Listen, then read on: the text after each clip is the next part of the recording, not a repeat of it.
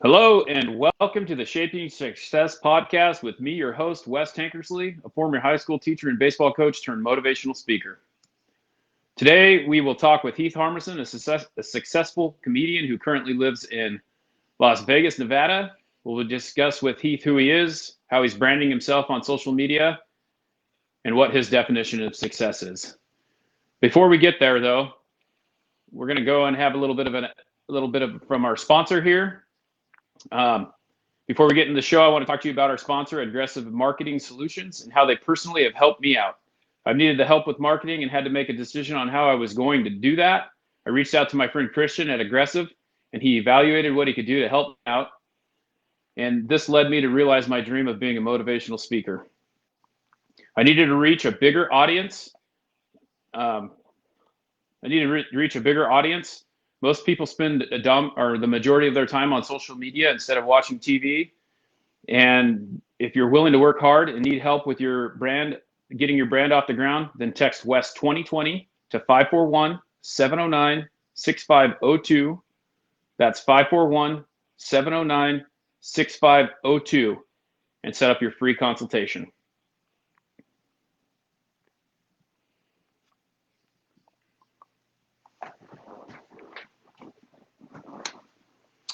So today, I'd like to introduce our guest here. This is Heath Harmison. He's a comedian that I know personally. Welcome to the show, Heath. What up? How's it going? Thanks for having me on. I appreciate you taking time out of your day. The technical difficulties, we kind of got that squared away, so hopefully we don't have to deal with that anymore. Yeah, we'll just see how this thing goes. You know what I mean? It's Saturday.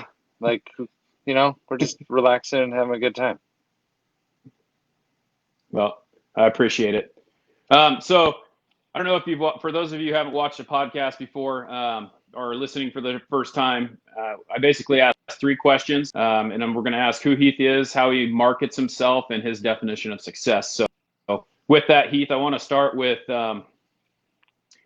who you are. Kind of talk to us about, your childhood, things like that. I know a lot about that, but I want to help people understand who you are and help you kind of get your name out there and help you, promote yourself, because I'm really inspired by what you do. Okay, awesome.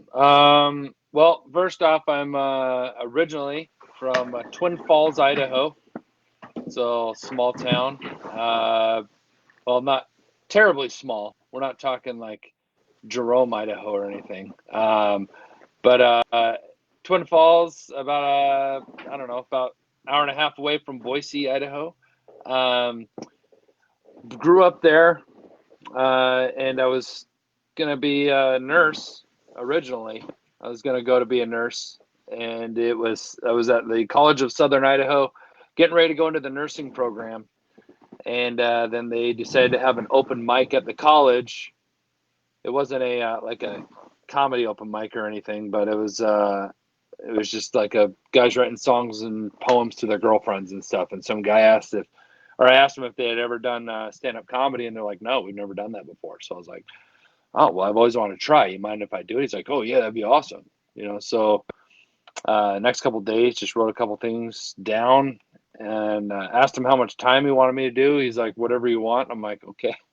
So I ended up doing like 20 minutes my first time doing stand-up, which is a long time to do. But I was kind of hooked from there. Decided to change my career path, which is kind of a dramatic thing to do because I had just gotten married, and my in-laws thought I was going to be a nurse. My parents thought I was going to be a nurse, which was a respectable thing to do. So, helping people and doing stuff, which is awesome. Obviously, I still think I would be a nurse if I didn't find this new passion of mine. But yeah, throughout my childhood, I mean, even junior high school, I knew I wanted to, it kind of started as wanting to be a nurse anesthetist. I was going to go there, and then I was like, man, I think I'm too dumb for that. So, not that nurses are dumb. I don't want to say that. No, I just thought something that wasn't so, well, putting people to sleep in hopes that they wake up. I didn't want that pressure. So So I decided that I'd go into nursing, and there's some different kinds of nursing you go into, but I decided I was going to do that. But then obviously, comedy got into my life. I've always kind of been, I don't know, I'm not afraid to do anything. I'm actually a natural introvert, and most comedians are.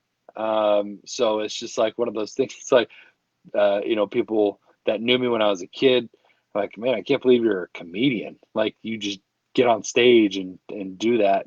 And you're just so, I guess the word is unassuming, I wasn't like the class clown in school. I was just the kind of, Did you someone who's like, hey, go ahead. have you ever taken one of those tests? Because like when I was in college, I had to take that test that said that you were an introvert or an extrovert. Because I always thought myself as an introvert as well, but when I took that test, it was like way on the other side. So it's kind of interesting to see that.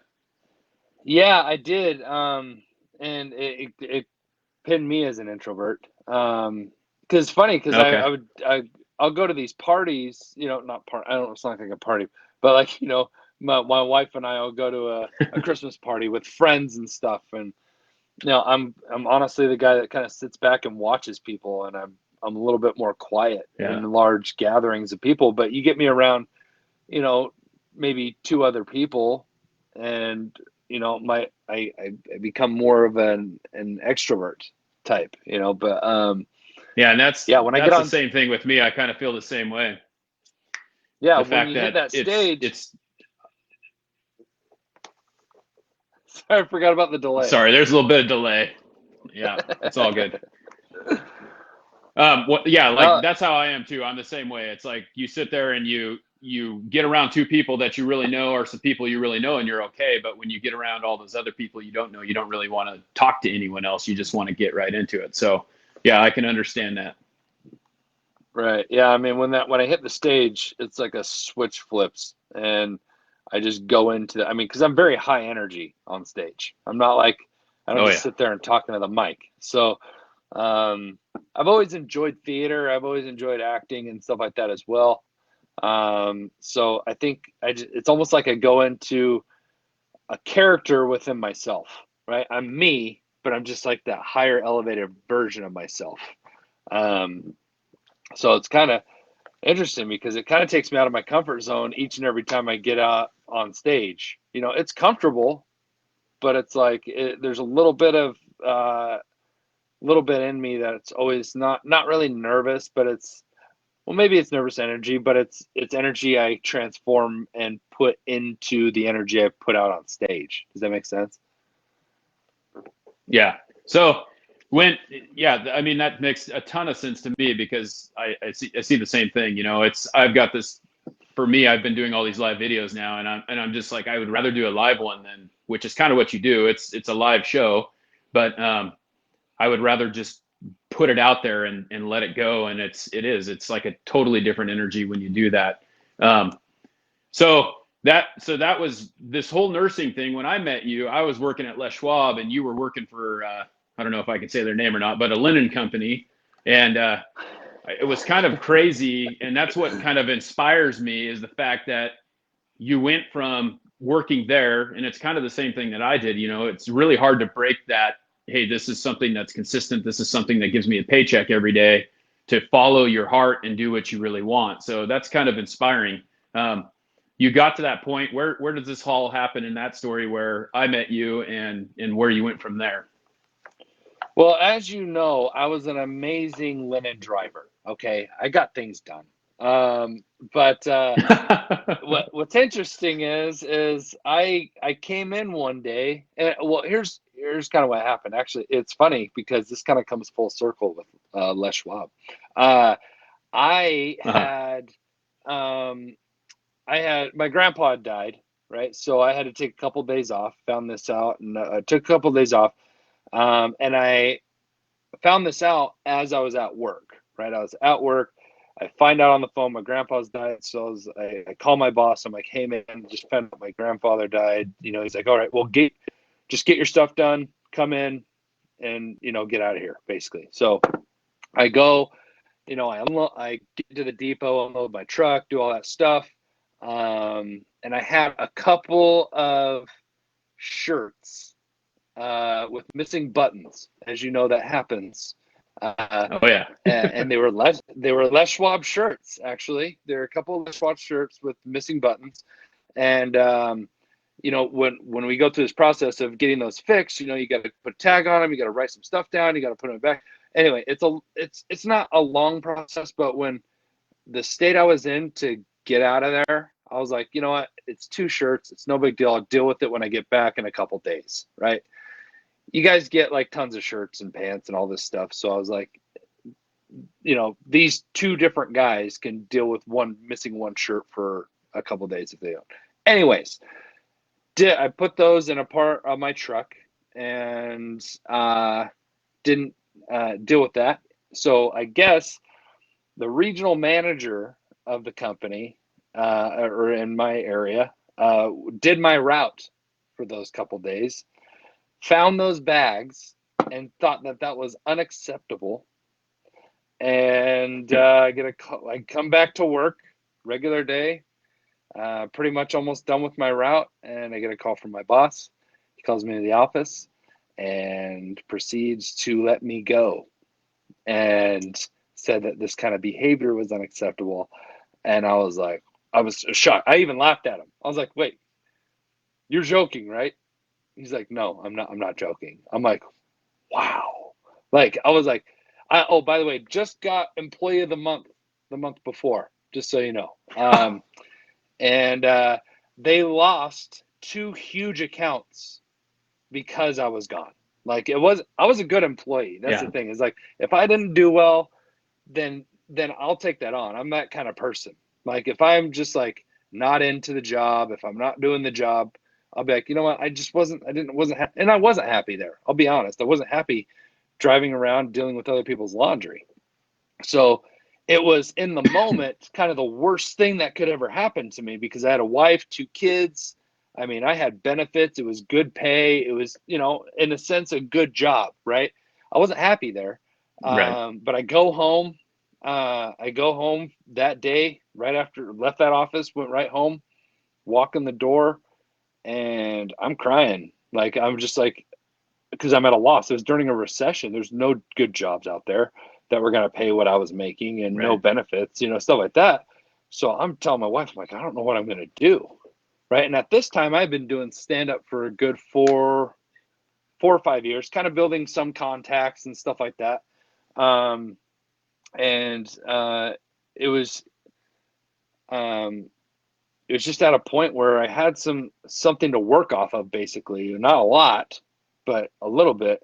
And my wife, she's like, I've seen you do what you do on stage. You got a gift. Now's the time. Just do it. And if you know anything about this type of business, it is difficult. It is hard. And for my wife to want me to go after something like that, needing to provide for them, like, that was huge. If it wasn't for my wife, I wouldn't be here. I really wouldn't be doing what I'm doing. I probably would have found some job, somewhere, and just continued being unhappy, really, because I wasn't happy with the job. I was just happy with the paycheck. And that's now, I was just going to say that's one of the things that I really like. I look back through, we started messaging on Facebook again, and I look back through there, and the last time I had talked to you was when you gave me some tickets to your show when you were at Liquid Laughs. And I've always noticed, like, all your marketing and things like that on Facebook. Your wife has always been supportive. I love listening to your guys' podcast because it's just a banter back talking about how life goes in general. There's so many good things that come from it that you've pushed out there to do. And without support, my wife's the same way. She's supporting me. I obviously have this other job that I do during the day, and this is kind of what I do for happiness and for, the things that I do, and I'm transitioning into that. So it's awesome to have that kind of support. And you see that with everything that you do, everything that I see, it's great that you have that. Yeah, it's everything. It really is. It's everything. It's without the support, it makes it a lot more difficult. I have kind of a leg up on some of these other guys that, they're single, and they're living with 5 other people, trying to make it in this business. And it's difficult when you're not living with your friends, you're living with your competition. Like that's what's happening, especially in places like LA. Right. I got a buddy, literally his room is a closet.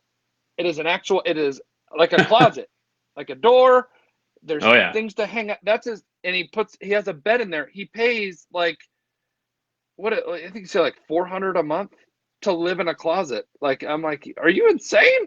Like that is crazy. Like that's a whole nother level that I've never experienced. Right. Yeah. So, but I do have the support system at home, which is such a big thing. If your significant other or whatever doesn't support your dream, it makes it really difficult in both the relationship and the business that you're trying to get into. Yeah. Well, that's great to hear. I'm glad that she supports you. One of the things that we talk about on here a lot is that I do a lot of marketing for myself, trying to get myself out there as a motivational speaker, just like I've watched you do. Um, I think that you have a great story, as I said before, because I think that I'm watching you kind of grow through this thing over the past, I think I've probably known you. We don't talk every day or whatever, but I've known you for probably about 13 years here. And it's just been awesome to watch that happen. How do you go about that? Because I watch, like, you're on a bunch of different platforms. I don't know if you've seen what I've done, but it's pretty crazy the amount of time I spend promoting myself. What do you do to promote yourself? Other than, I know you have a website and all those different avenues, but what's your main way to promote yourself? Honestly, like for me, it's trying to find what's going to be creative in my element of things, right? So I'm a comedian. I got to come up with either funny things or things that people are going to gravitate toward my comedy with. I'm on Instagram, Facebook, Twitter, and now TikTok. My daughter got me on that one. But it's like you got to find whatever business you're in, whether it's motivational speaking, theater, comedy, you invented something, whatever it is, your product is. The thing about us is we are the product, right? I'm my own product. I believe in what I am, right? I believe I have value. And so what I put out is things that are, try to be exciting, things that mean something to me, and hopefully they mean something to other people. And what I found is that people you'll find your people, basically. Not everybody's going to care about what I do, but the right people will. Whatever message that you're trying to put out are the people that gravitate toward you in that way. Like those are the people that are gonna find you. Your audience kind of finds you. You put yourself out there. There's algorithms and all sorts of stuff with, and honestly, I don't know much about the algorithm stuff. There's people out there that literally make a living that know how to get followers on Facebook, Twitter, Instagram, all those things. And you can pay those people to do that. And what you want to do is find not just followers. You want organic followers. You want people that actually care about what you're doing. You don't just want to find a bunch of, there's a lot of people with a lot of followers, but most of them don't care about what they're doing. The ones that are like seriously blown up, like they found their niche, they found their people. And one of my buddies, another comic, he was telling me about his Instagram followers, because he's got something, what is it, like 500,000 followers or something like that on Instagram.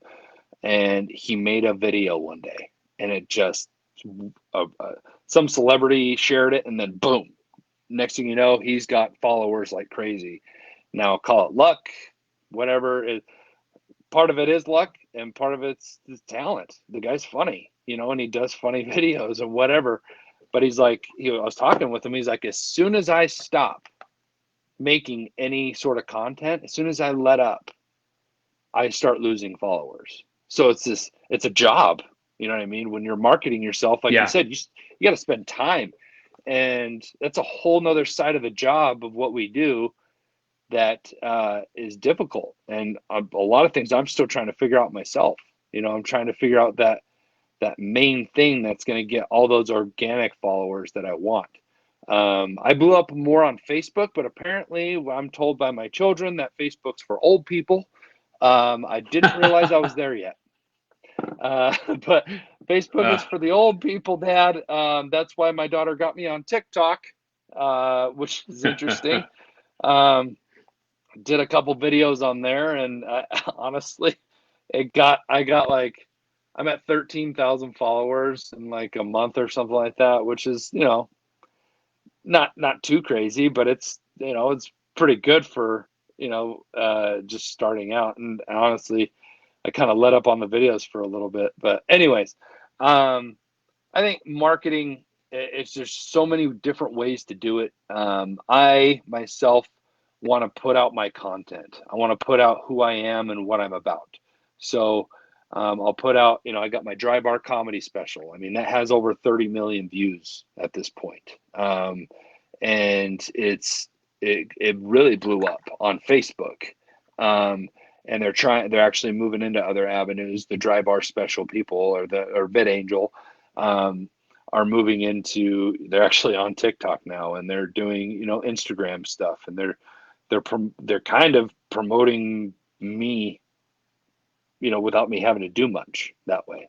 Well, that's the thing that I think yeah. that we have to get to the point where I think that's where the point that you have to get to is that you have put in the work, and so people have helped you along the way because they see that you have value, and it's great that you put yourself out there. And it's like you said, the minute you stop, you lose followers, and you're putting out this product. Of so many, it's so funny, and I've seen these. It's like out in the candy. That is the funniest I've ever heard. Like your Gollum thing where she turns into Gollum and the wheelchair. Walmart. I mean, I know, and you just give off this like you said, it's not you're just very active and very energetic in what you do, and that's what sells it. I think it's just awesome. Well, and what's awesome about the wheelchair bit is that ended up, that wasn't even one of my most popular ones, but it still got over 1 million views. I mean, now it's sitting at, I don't even know. It's probably in like the 7 to 8 million view range. But the guy because I just heard this on the radio, right? I heard about this guy who saved this girl from being kidnapped at Walmart, and he saved her, and he was the guy that saved her was in a wheelchair. And the way they said it in the news, like the news article thing, was the guy in the wheelchair tackled the guy. So I'm like, how did this even happen? How does the guy in a wheelchair tackle somebody? So I replay the whole situation, right? So it's very physical. You've seen it. My head looks like it's snapped back, and then I do the whole e-brake thing. He comes flying out of the chair, hits the guy, saves the girl, right? So he's a hero. And that's the thing is I make him, he is the hero. He really is a hero, and it's a true story.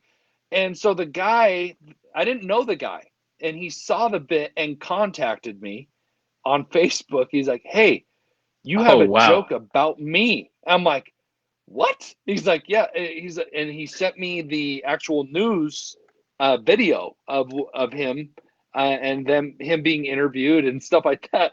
And I'm like, oh my gosh. And he's like, and he sees this video and he's like, man, I've never laughed or been as flattered in my whole life. He's like, and at this point it's just over 1 million views. He's like, I can't believe something about me has gone viral like this, and I'm just like, hey man, I'm just glad you like it. So because what's funny is that there would be people that would get offended, and honestly, when you have over 1 million views on something like that, there's people that come at you, and you get people that they were losing their crap on me sometimes. Some of them were really losing it, and and so the funny thing is the people that got offended were the people that aren't in wheelchairs or don't know people in wheelchairs or something like that. It's always them. It's the people in the wheelchairs that love it the most. They love this stuff. So it's just it's so funny. Like when I would be doing it, because I don't do that bit anymore because I physically can't because the whole neck thing, I got neck problems. So, Yeah. um, Yeah. but anyways, yeah. It's been cool experience to see how it's affecting people. Honestly, both kind of mostly obviously in the positive way. I kind of have to laugh at the people that get offended about it because I have this whole Meredith thing. You know, we have a podcast based on it now. That was the one that got the most attention on my special, was the Shut Up Yeah. Meredith thing. Meredith represents the extremes that we live with on the planet, Right. right? They get upset about ridiculous things. They make everything about them, and and so we just have all these different episodes about different kinds of Merediths out there. So that podcast is a lot of fun. I get to Yeah. do it with my wife. Like you said, she's great. She reins me in, is what happens. So Yeah. Well, I have one last question for you. We're okay, running out of time here, but I just want to make sure that we're cognizant of that. But the last question that I have is, like I said, you inspire me, and I think one of the things that's inspiring about that, and that led me to want to have you on the show, is that you've done all these things to better yourself, and you've followed your dreams, and that's what sets you apart. And so, my definition of success for me is helping other people succeed. That's kind of why I've gone into what I'm doing. So what I wanted to kind of know is, how do you define success? Because the name of the podcast is Shaping Success, and it's basically, what is the shape of your success? Because it's different for everybody. So how do you feel that you define your success? to me, success is, and that definition has kind of changed over time for me. Success for me was, at one point, I would be driving on that linen truck, dreaming of just being on the road, driving to the next gig. No matter if I was making $200, $300 to drive 12 hours, at least I was living on my terms, and I think that part of success is kind of the basis. It's living life on your own terms. It's living life the way you want to live it and doing what you want to be doing, while being happy. And a lot of people have so many different ways of looking at success. Either it's money. Money does help. It is nice to have money, but really, you hear that expression, money doesn't bring happiness, right? And in a sense, that's true. Yeah. If you don't have people to share your life with that way, then money really doesn't matter. If you have, the success are all the people that are in your life, right? The people that you get to share with, and it's all about living your passion. Find what your passion is, and find a way to make money doing it. That's what I think success is. And if you don't know what your passion is, dig deep and find out what it is so that you can get there Yeah. and do what you love. Well, I think that's exactly how I look at it too. It's find what you love, and then the money will come. Mm-hmm. I want to thank you for being on the podcast. I was wondering, one of the things I like to do is, where can we find you? I want to make sure that everyone knows, what platforms you're on, what your handles are, and things like that, so everyone can find you, so they can follow you and support you in whatever you plan on doing. Really, it's easy. Heath Harmison, and not Keith. As you're watching this, you're seeing the actual Heath. I know, get a lot of times people, I'll tell them my first name, like, oh, Keith. I'm like, no, it's Heath. By the way, all the Heaths hate the Keiths, by the way. So if your name Keith, you can suck it. No, but so find me at heathharmison.com. All my handles on all my other things, Facebook, Twitter, Instagram, TikTok, it's all Heath Harmison. Also, please check out the Shut Up Meredith podcast. Me and my wife, we do this. We're on all the podcast platforms. We're actually going to work on starting to do some more video podcasting soon. Right now it's all audio, but any podcasting platform that you listen to your podcast on, we're on it. So check out the Shut Up Meredith podcast. It's a lot of fun, pretty lighthearted, and we just have a lot of fun on there. So there's some great guests, and it's It's a good time. So, and you can check out my website. Yeah, I've for been any, listening to your podcast dates. for a while. Oh, good. Yeah. Good, man. Yeah, Good. Thank that's, you. I mean, I contacted you. You were the one who helped me get it going in the first place. So I appreciate that. Yeah. It's funny you say that people call you Keith sometimes. My little brother's name is Heath as well. So I've been through that whole deal. I hear that all the time. But I wish you nothing you but can let luck, him and know. we'll talk soon. Oh, thank you. Awesome, man. Thank you. And let your brother know that there is a Heath support group on Facebook. So just a bunch of Heaths talking all the crap about the Keiths. So it's a lot of fun. That's awesome, man. Well, I appreciate it. Thank you for taking the time out of your day to be here. And I really appreciate everything that you do. And I wish you nothing but luck. I hope to see you soon here in Boise again. So. Thank you, man. And good luck with you as well. Yeah. Thanks, Heath. Yeah, we're good.